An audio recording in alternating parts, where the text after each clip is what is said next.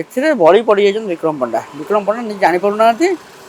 ପାଣ୍ଡିଆନ ଆଉ ମୋହନ ମାଝୀ ଆଙ୍କ ଡିଲ୍ରେ ବଳି ପଡ଼ିଗଲେ ବିକ୍ରମ ପଣ୍ଡା ଯଦି ଆଡଜଷ୍ଟମେଣ୍ଟ ଠିକ୍ ଭାବରେ କରିଥାନ୍ତେ ସେ ବଳି ପଡ଼ିଥାନ୍ତା, ଆଉ କିଏ ବଳି ପଡ଼ିଥାନ୍ତା।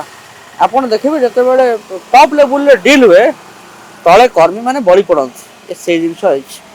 ଆପଣ ଦେଖିଥିବେ ଏଇ ନିକଟରେ ଆପଣଙ୍କର କ'ଣ ଭୁବନେଶ୍ୱର ସାଂସଦ ଅପରାଜିତା ଷଡ଼ଙ୍ଗୀ ସେ ନବୀନ ପଟ୍ଟନାୟକ ଦେଖା କରିକି ଆସିଥିଲେ, ବାହାଘର କାର୍ଡ଼ ଦେବାକୁ ଯାଇଥିଲେ। ବାହାଘର କାର୍ଡ଼ କିଏ କାହା ଘରୁ ଦିଏ? ବନ୍ଧୁ ଘରେ ଦିଏ। ଅପରାଜିତା ଷଡ଼ଙ୍ଗୀ ତାଙ୍କ ବନ୍ଧୁ କିଏ?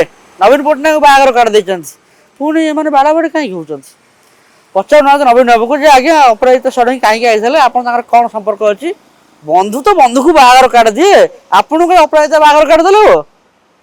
ଏ ଜିନିଷ ନାହିଁ। ଖାଲି ମିଛରେ ଆସିକି ରାସ୍ତାରେ ଚିଲେଇଲେ କ'ଣ ହବ? ଲୋକ ଜାଣିଛନ୍ତି ବିଜେଡି ବିଜେପି ତାଙ୍କ ଭିତରେ ଟପ୍ ଲେବୁଲରେ କମ୍ପ୍ରମାଇଜ୍।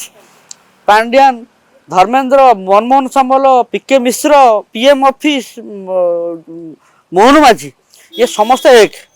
ଆଉ ତମେ ତା ଭିତରେ ନ ପଶିକି ତମେ ଏଇଠି ଆସିକି ବାହାରେ ବାଡ଼ି ବୁଲେ ଛାଟି ପିଟା ହବ, କହିବ ଯେ ଆମକୁ ଦଳକୁ ବଞ୍ଚେଇବ, ଏ ଜିନିଷ ହବ, ସେ ଜିନିଷ ହେଇପାରିବନି।